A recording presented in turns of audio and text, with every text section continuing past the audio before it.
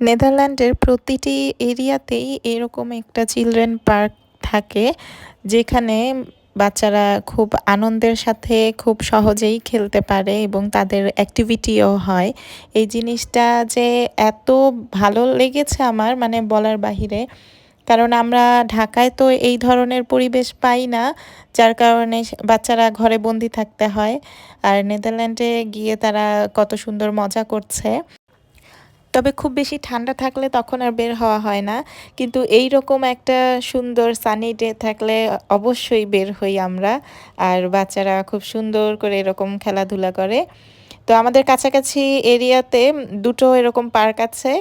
আমরা প্রায় সময় খেলতে যাই এরকম। বাচ্চাদেরকে নিয়ে আমি একাই বেরিয়ে পড়ি, তারা খুব আনন্দের সাথে দিনটা কাটায়। আমার বাচ্চারা যদি খেলা শুরু করে এখানে, তাহলে তো বাসায় নিয়ে যাওয়াই মুশকিল তাদেরকে। এখান থেকে নেয়াই যায় না, তারা খেলতে খুব পছন্দ করে। আরেকটি পার্কের ভিডিও অন্য আরেকদিন দিব। Bye bye.